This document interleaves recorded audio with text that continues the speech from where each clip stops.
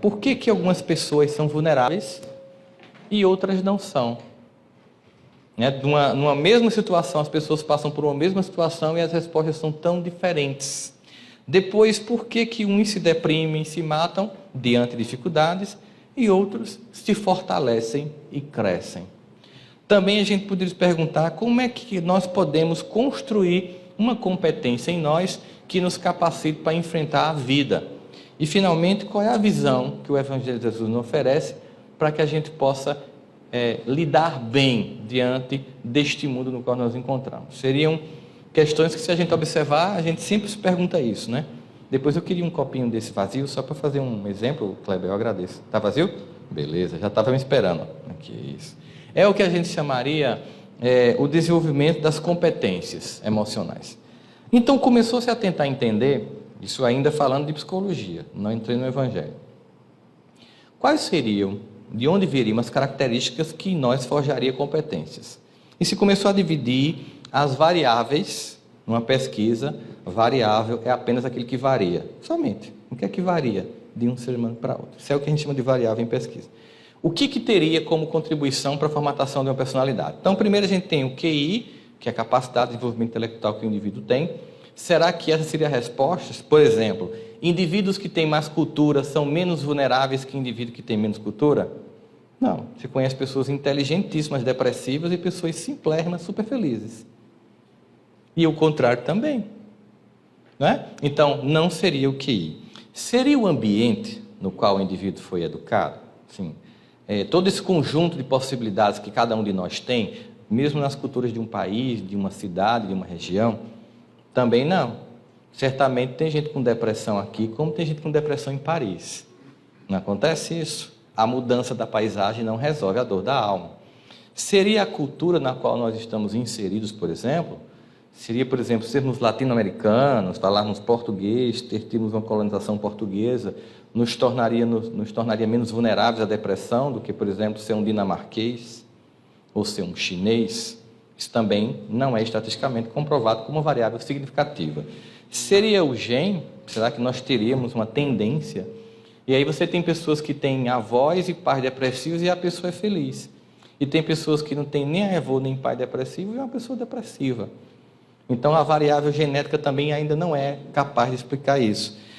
Seria, então, a condição social na qual nós nos encontramos? Ser uma pessoa rica, pobre ou de classe média baixa? Você vê quantas pessoas que não têm dinheiro, que têm uma vida simples, e você percebe felicidade. Eu uma vez fui fazer as chamadas caravanas do Evangelho, que deve ter aqui também, né? Você vai, reúne o pessoal no centro, e tem famílias que estão solicitando a implantação do Evangelho de Jesus no lar, e a gente vai levar, se divide os grupos em carros, pegamos os bairros, chegamos naquelas casas, e eu tive uma oportunidade de ir numa noite para 3 casas, mas 2 me chamaram a atenção, porque uma delas era extremamente humilde, mas muito humilde. Quando a gente chegou lá, a mulher estava fazendo um café numa lata de leite ninho, isso nos anos 80, né? Eu era adolescente nessa época. E ela estava servindo o café em copos que eram reutilização de vidrinhos de Nescafé. Então, quando eu vi aquela cena, a primeira coisa que me deu foi repugnância, eu sou bem franco. Eu fiquei com nojo, mas eu pensei, eu não tenho direito de manifestar isso para ela. Eu tenho que tomar um café, porque certamente talvez ela só tenha esse café aqui.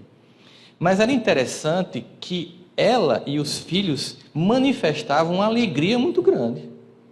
E aquilo me deixava meio desconcertado. Como é que eles tinham E não era uma coisa forçada. A gente percebia uma harmonia. Apesar de ser muito simples aquele lugar, havia uma harmonia tão grande que ficou... A gente, no final, se perguntou se a gente foi fazer o Evangelho, eles foram fazer o Evangelho na gente. E, na sequência daquela casa, nós fomos a um condomínio fechado.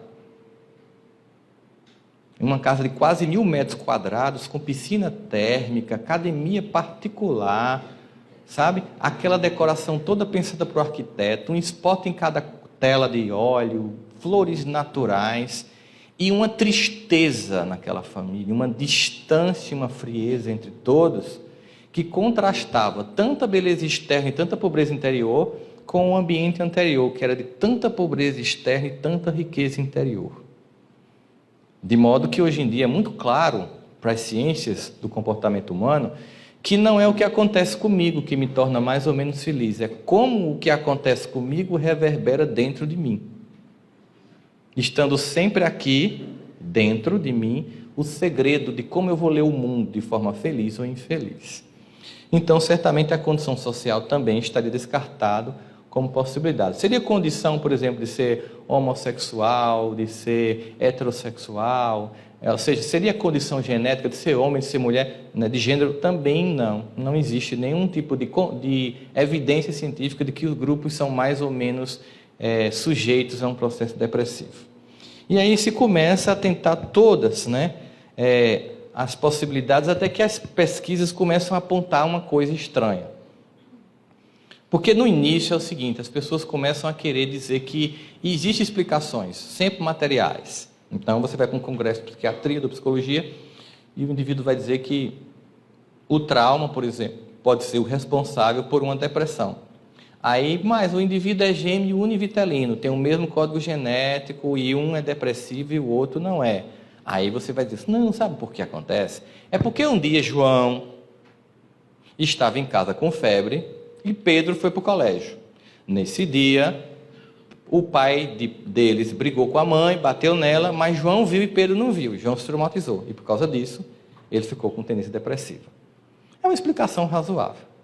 Mas e quando a pessoa é gêmeo chipófago, que nasce colado, e que não pode descolar porque morre, e que são completamente diferentes? Como é que você explica? Eles estão sempre no mesmo lugar, na mesma hora, vendo sempre a mesma coisa. Aí aqui você acaba com o argumento que tudo tem que ter uma explicação externa material. E aí depois de um tempo eles começam a perceber o seguinte, que tem alguma coisa, é assim que eles definem, alguma coisa na personalidade das pessoas é intrínseca. Vem com ela. De onde? Eles não conseguem dizer ainda, entende? Alguma coisa é intrínseca. Bom, depois que eles concluíram que alguma coisa era intrínseca, eles começaram a fazer um monte de pesquisas para o quanto é intrínseca e o quanto é extrínseca. O quanto vem com ela e o quanto ela aprende com o ambiente, com o gene, com a história, com a cultura, com a condição social, sexual dela. E o quanto já vem com ela. Aí as pesquisas começaram a se debruçar sobre isso e chegaram à conclusão de que 50% da personalidade, olha como é que eles chamam, todas as pesquisas de geneticistas comportamentais cruzadas estatisticamente, resultou num relatório publicado no qual atribuem uma porção, mais ou menos 50% da personalidade, olha que legal, a um misterioso perpetrador que eles denominam de ambiente não compartilhado. Não é bonito? Em vez de dizer reencarnação, fica assim, misterioso perpetrador de um ambiente não compartilhado. Não é que a ciência seja ateia, gente. Não é que o cientista queira negar Deus. Eles buscam a verdade a partir de um paradigma montado para a construção da pesquisa científica. Esse paradigma começa a avançar a um ponto tal que daqui a pouco eles vão, surpresa, Deus existe. E quando eles diagnosticarem isso, através das pesquisas, porque Deus é muito evidente no mundo, eles vão divulgar mais Deus do que a gente. Porque eles vão ter uma convicção inabalável de que sim, existe um ordenador no universo. Então, se nós temos isso, nós podemos pensar em alguns exemplos. Vocês assistiram aqui aquele filme Quem Quer Ser o Milionário? Um filme indiano. É um filme que tem 3 personagens, Jamal, Lakita e Salim. São 3 crianças que os pais são muçulmanos e são assassinados por Sikhs indianos no início do filme. Na Caxemira, na região norte da Índia, é um estado que ele é muito entre muçulmanos e hindus e é disputado ainda hoje por Paquistão e Índia. E aí eles têm os pais assassinados na frente deles, passam a ser moradores de rua e você vai percebendo que um irmão vai se envolvendo com o crime e com as drogas e o outro vira um trabalhador comum de call center. E que enquanto que as experiências, as mesmas, de profunda dor, de profunda degradação moral, de profunda humilhação, marcam Salim de forma negativa, que ele se vê justificado aí para o mundo do crime, o mesmo ambiente, a mesma dor e a mesma angústia em Jamal provoca nele uma capacidade de dar uma resposta positiva à vida. De modo que a gente percebe que não foi o que aconteceu fora que determinou o comportamento, foi como o que aconteceu fora reverberou com o que tinha dentro de nós. Aí, a partir daí, se começou a fazer as pesquisas sobre resiliência, que é um termo que hoje tem se tornado comum, que a gente tem ouvido em vários lugares, a gente tem percebido isso em várias pesquisas, e que eu vou explicar de forma bem simples aqui para vocês. Resiliência seria, no conceito da física, a capacidade que os objetos têm de voltar ao mesmo ponto depois de sofrer uma determinada pressão. Por exemplo, esse copo tem uma certa resiliência. Se eu apertar até aqui, imagine que isso é um trauma. Imagine que isso é uma pessoa e que aqui é um trauma. A dor chega até aqui, mas o indivíduo é resiliente até esse ponto, e aí quando passa a dor, ele volta ao normal. Isso é uma resiliência boa. Só que nós temos um nível de resiliência, cada um tem mais ou menos. Se a dor for além da minha resiliência, possa ser que o trauma ou o que aconteceu não me dê espaço por retorno. Aqui eu posso retornar, mas aqui não. A resiliência desse copo só ia até aquele ponto que eu apertava e ele voltava. A partir daqui, ele jamais voltará a ser daquele jeito. A grande questão seria então, eu posso ampliar a minha capacidade de resiliência? O que é que vocês acham? Quem acha sim, diz que 0800, 2001. Sim. A verdade é que a resiliência, no início dos estudos, pareceu ser uma capacidade extraordinária das pessoas. Mas a resiliência, na verdade, é uma capacidade ordinária. Não quer dizer que ela é ordinária por ser desinteressante, é porque ela é comum. Ou seja, a resiliência não é algo especial, é algo que todos temos, mais ou menos. Mas aí eu tenho que aprender a desenvolver. O que a gente tem visto recentemente, especialmente na educação que os pais estão dando aos filhos recentemente, é que eles estão comprometendo gritantemente o desenvolvimento da resiliência dos filhos.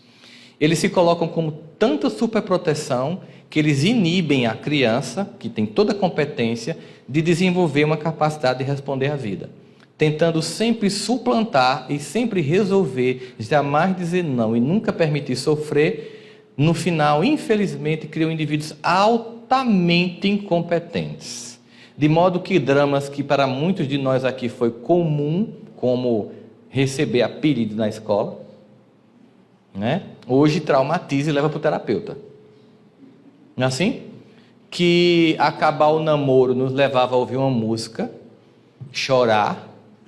Eu lembro que eu escutava: quando faz amor, se olha no espelho, será que você gosta mesmo de mim? Chorava, me acabava de chorar. Um dia minha mãe perguntou por quem eu estava apaixonado. Eu disse: ninguém. Ela disse: você está chorando porque eu estou apaixonado? Ela disse: por quem? Por ninguém. Que é a adolescência, você fica assim, vulnerável demais. Mas ninguém se matava por isso. Ninguém se matava pela rejeição. A gente sabia que simplesmente eu podia me apaixonar por alguém, e era muito comum, que nem sabia que eu existia. Né? Teve gente que você amou a vida inteira que nunca soube nem que você existia no mundo. Eu, por exemplo, fui apaixonado por Simone. Imagina. Você soube até que ela está morando aqui, né? Pois é, mas passou, fica tranquilo. Essas coisas dão e passam, né?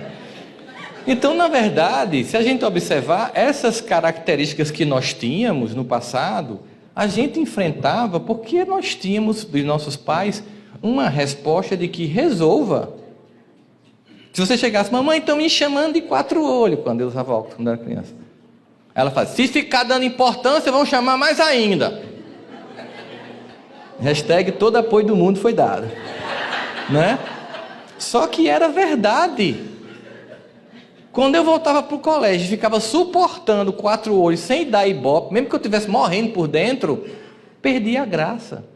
E eu descobria que eu resolvia aquilo sem precisar chamar minha mãe para ela ir falar com a coordenação, ameaçar me tirar do colégio e gritar com a professora, que é o que acontece hoje. E a qualquer dor, você instala os office boys dos filhos, papai e mamãe, para resolver. Só que eles não vão ficar aqui para sempre.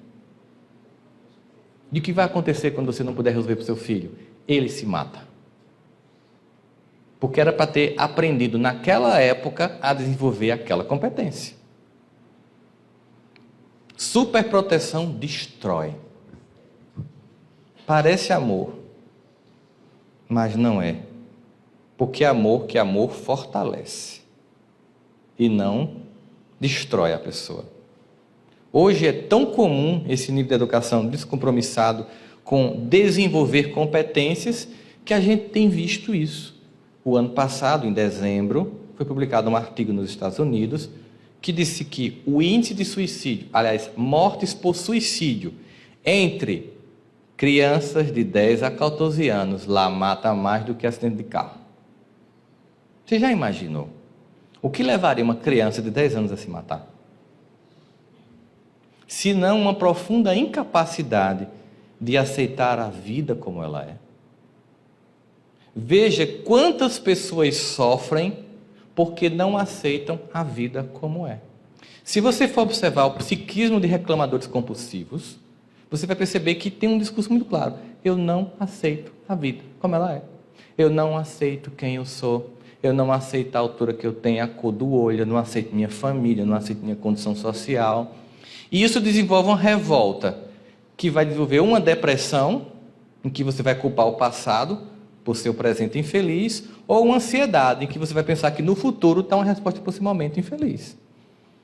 É como se 45% das pessoas ficassem presas ao passado e 45% presas ao futuro. 90% das pessoas numa grande ilusão de que tem culpados no passado ou de que tem salvadores no futuro. E pouca gente agindo sobre si mesmo, percebendo que a solução se encontra na própria mão, na própria forma de viver a vida. Mas é muito bom ter quem culpar. Mas esse é o tema da noite. Perdão. Certo? É muito bom ter quem culpar. Então a gente começa a perceber o seguinte, que essa fragilização, ela pode ser resolvida no momento em que eu desenvolvo competências. E aí a gente começa a perceber que a resiliência é um conceito clássico que diz o seguinte, que é uma capacidade universal, ou seja, de todos, que permite a uma pessoa, grupo ou comunidade prevenir, minimizar ou superar os efeitos nocivos das adversidades da vida. Olha que coisa legal. Eu vou desenvolver poder de enfrentar a dor e não evitá-la. Porque muita gente tem a fantasia de que não quer que sofra. Sabe aquela prece de manhã que você faz assim: ó Jesus, obrigado por mais um dia, me abençoa para que não esteja nenhum problema no trabalho, para que seja um dia bom, tudo em paz, tudo tranquilo, todo mundo sorrindo, não tenha pressão para cumprir meta, que o professor dê uma aula light, que a prova seja fácil. Ou seja, muda o mundo todinho para ficar legal para mim. Tudo só para o meu capricho pessoal. Né? Quando você podia pedir assim, ó papai, não importa o que aconteça, me dá a capacidade de resolver e superar. Imagina, amanhecer o dia querendo que não tenha abacaxi para descascar. Não, me tem uma faca para eu descascar. É mais fácil ele me dar uma faca para eu descascar do que tirar todos os abacaxis do mundo para eu não sofrer. Deus não faz isso, porque Deus sabe do nosso potencial. Ele não nos menospreza, não seria a palavra, não seria menosprezar. Ele não nos subestima, como alguns pais subestimam os filhos achando que eles são incompetentes. E isso vem de uma ideia. Veja só. Quem aqui pagou moral e cívica quando estudou? Levante a mão, sem constrangimento. Assuma a idade que tem. Muito bem. OSPB. Pagou, né? Muito bem. Lembra-se da nossa infância, nós tínhamos três opções de tênis. Conga, que chute e bamba. Não é não, Dani?